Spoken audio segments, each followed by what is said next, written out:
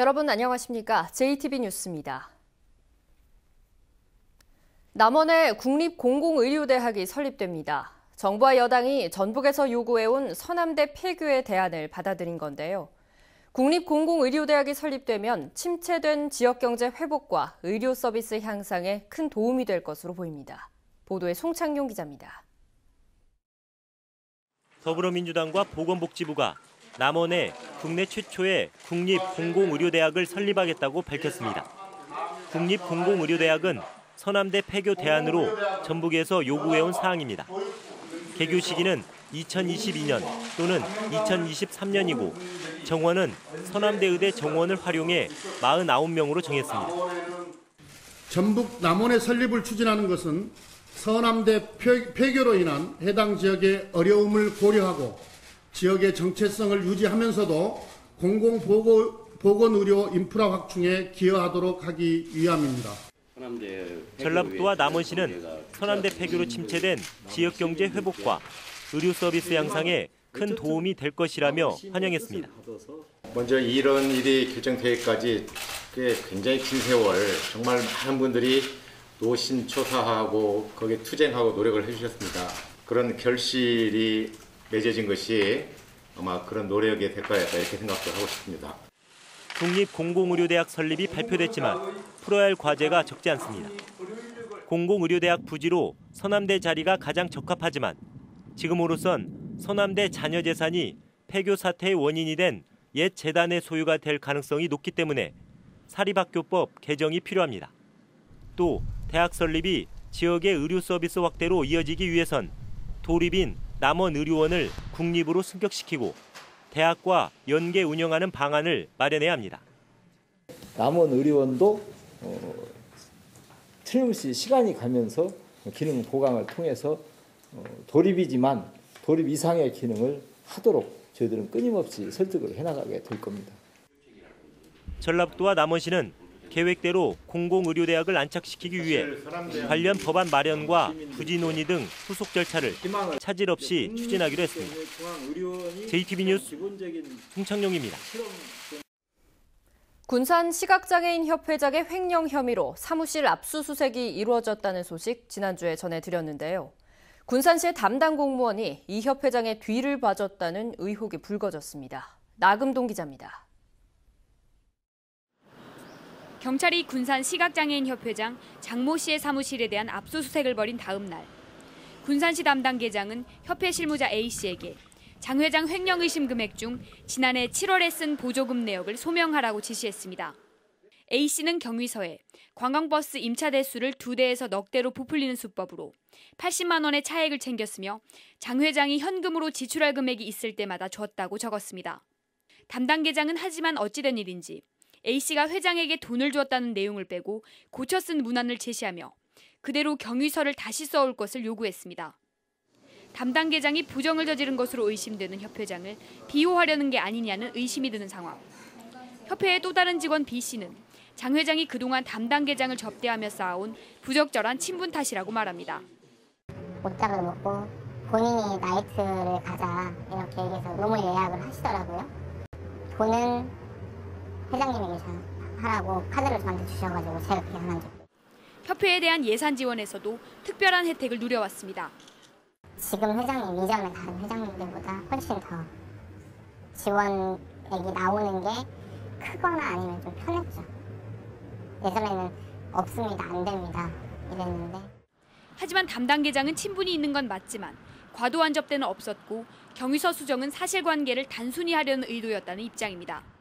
우리가 보조금을 얼마 주고 얼마 그거 해서 딱 그 내용을 명확하게 하려고 했어요. 군산 시각장애인 협회장이 횡령 혐의로 수사를 받고 있는 가운데 담당 공무원의 비호 의혹까지 불거지면서 경찰은 물론 군산시의 명확한 진상조사가 필요해 보입니다.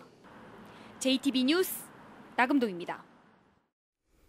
지난해 전주 시내버스의 결행에 대한 민원이 1년 만에 2배 가까이 늘었습니다.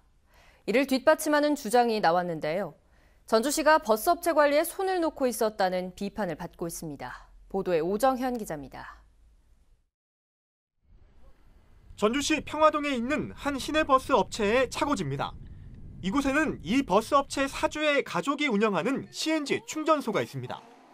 이 버스 업체는 팔복동과 삼천동에 있는 세 곳의 충전소에 가스 사용료를 찬합하자 지난해 3월부터 소속 버스 기사들에게 이 충전소를 사용하도록 했습니다. 버스 기사들은 운행 도중에 충전하기 위해 가까운 곳을 놔두고 평화동까지 와야 되기 때문에 버스 노선을 빼먹을 수밖에 없다고 주장합니다. 송천동이 가까운 쪽에서 충전하고 가게 되면은 좀 결행이 좀 적어지는데 지금 이제 평화동까지 와서 충전하다 보니까 더 결행이 돼갖고 아예 코스가 하나 빠져버린다. 전주시는 충전소가 한 곳으로 줄어 이 업체의 버스 결행이 늘어날 수밖에 없다는 점은 인정하고 있습니다. 뒤늦게서야 지난달 이 업체를 점검해 3월 한 달 동안 19대를 적발했습니다. 공공운수노조는 지난 1년을 놓고 보면 1000차례가 넘는 결행이 있었을 것으로 추정하고 있지만 전주시는 명확한 해명을 내놓지 못하고 있습니다. 이번 문제와 관련하여 시내버스 결행에 대한 부분은 시내버스 정보 시스템 보안과 수시 점검을 통하여 바로 잡도록 노력하겠습니다. 지난 1년 동안 이 시내버스 업체의 결행 실태에 대한 정확한 조사와 함께 강력한 재발 방지 대책이 뒤따라야 할 것으로 보입니다. JTB 뉴스 오정현입니다. 어민들이 양식장에서 애써 키운 해삼과 전복 등을 노리는 범죄가 기승을 부리고 있습니다. 적발돼도 솜방망이 처벌에 그치면서 양식장 절도가 끊이지 않고 있습니다. 김진형 기자입니다. 군산 횡경도 인근에 있는 해삼 양식장입니다. 해삼 총폐를 뿌린 지 3년 만에 본격적인 수확철을 맞고 있습니다. 그러나 양식장 절도범들이 해삼을 싹쓸이해가 어민들이 애를 태우고 있습니다. 6월달까지 새출 시기인데 얘네들이 와가지고 밤에 와가지고 몇백만 원에서 몇천만 원어치를 가져가 버려요. 우리는 정말 애쓰게 키웠는데. 인근 12개 섬에 있는 해삼과 전복 양식장 역시 절도범들로 몸살을 앓고 있습니다. 어민들의 신고로 해경에 붙잡힌 양식장 절도범은 지난 2015년 13건에 24명, 2016년 10건에 14명, 지난해에는 7건에 16명에 이릅니다. 그러나 절도범들이 주로 감시가 소홀한 어두운 밤을 틈타 활동하다 보니 실제 피해는 훨씬 많은 상황입니다. 배가 엄청 빨라서 잡을 수도 없어요. 그리고 밤에라 보이지도 잘 않고 10명이 도둑 한 명 못 잡는다고 않습니까? 기승을 부리고 있는 양식장 절도에 어민 피해는 커지고 있지만 절도범들에 대한 처벌은 솜방망이 수준입니다. 사법기관은 적발된 절도범들에 대해 최고 6년 이하의 징역형에 처할 수 있는 절도죄를 적용할 수 있습니다. 그러나 양식장에서 훔쳤는지 확인이 어렵다는 이유로 수산업법 위반을 적용하다 보니 대부분 벌금형에 그치고 있습니다. 법률상 해석을 보면 양식을 하는 양식 수산물과 자연산 수산물이 구분이 안 되기 때문에 형법상 절도죄를 적용해 처벌하기가 굉장히 어렵습니다. 양식장을 노리는 절도범들 때문에 수년째 바다와 싸우며 애써온 어민들의 노력이 물거품이 되고 있습니다. JTB 뉴스 김진영입니다.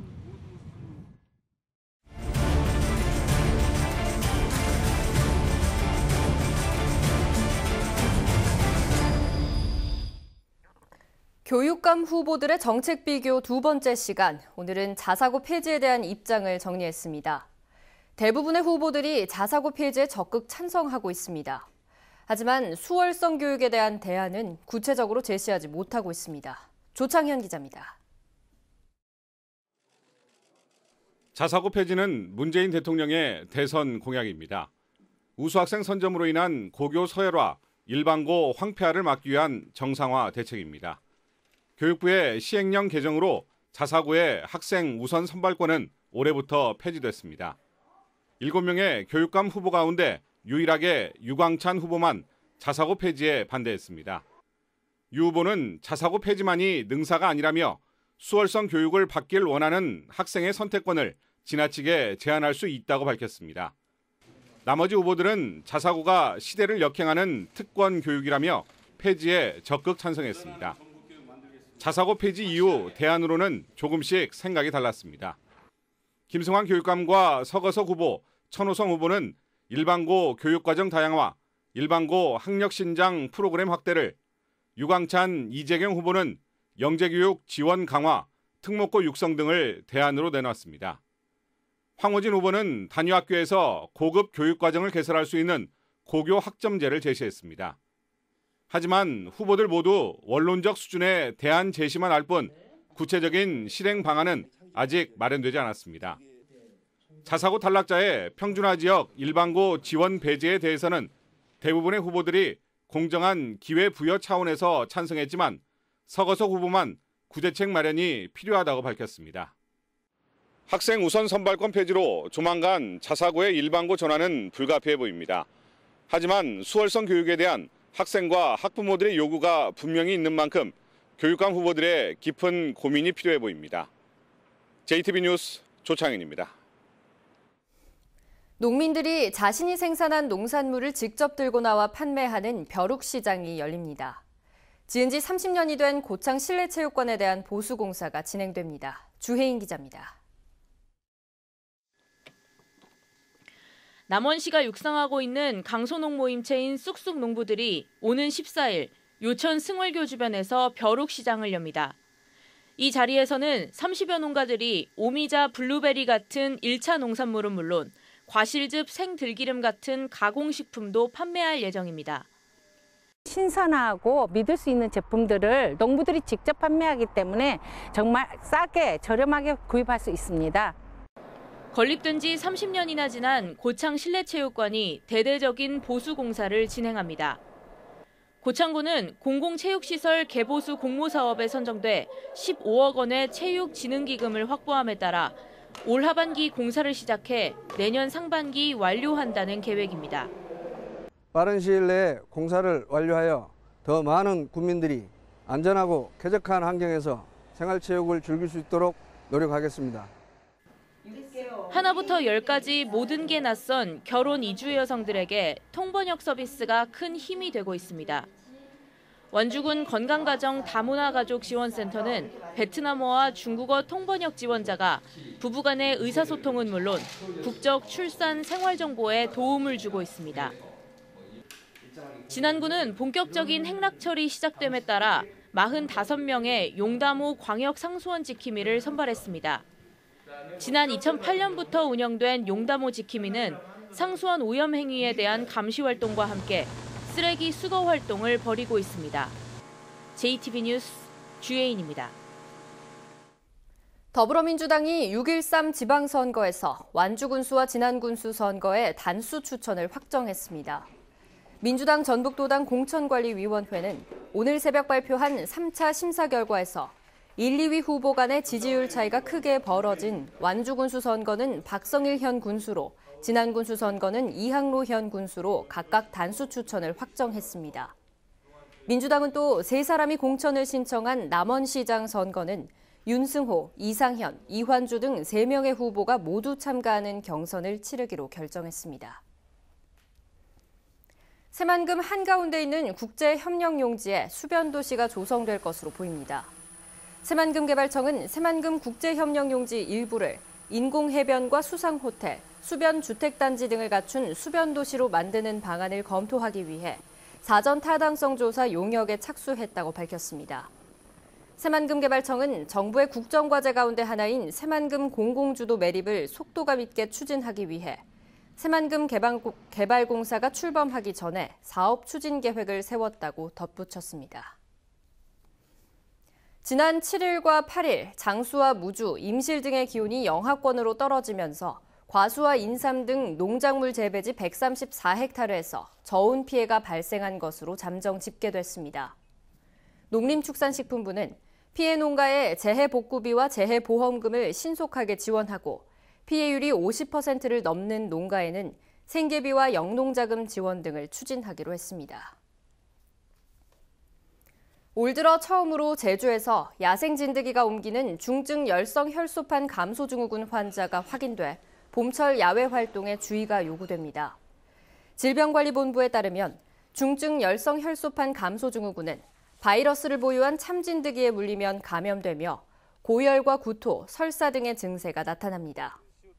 전북에서는 중증 열성 혈소판 감소 증후군 환자가 지난 2016년 3명, 지난해 4명이 발생했습니다.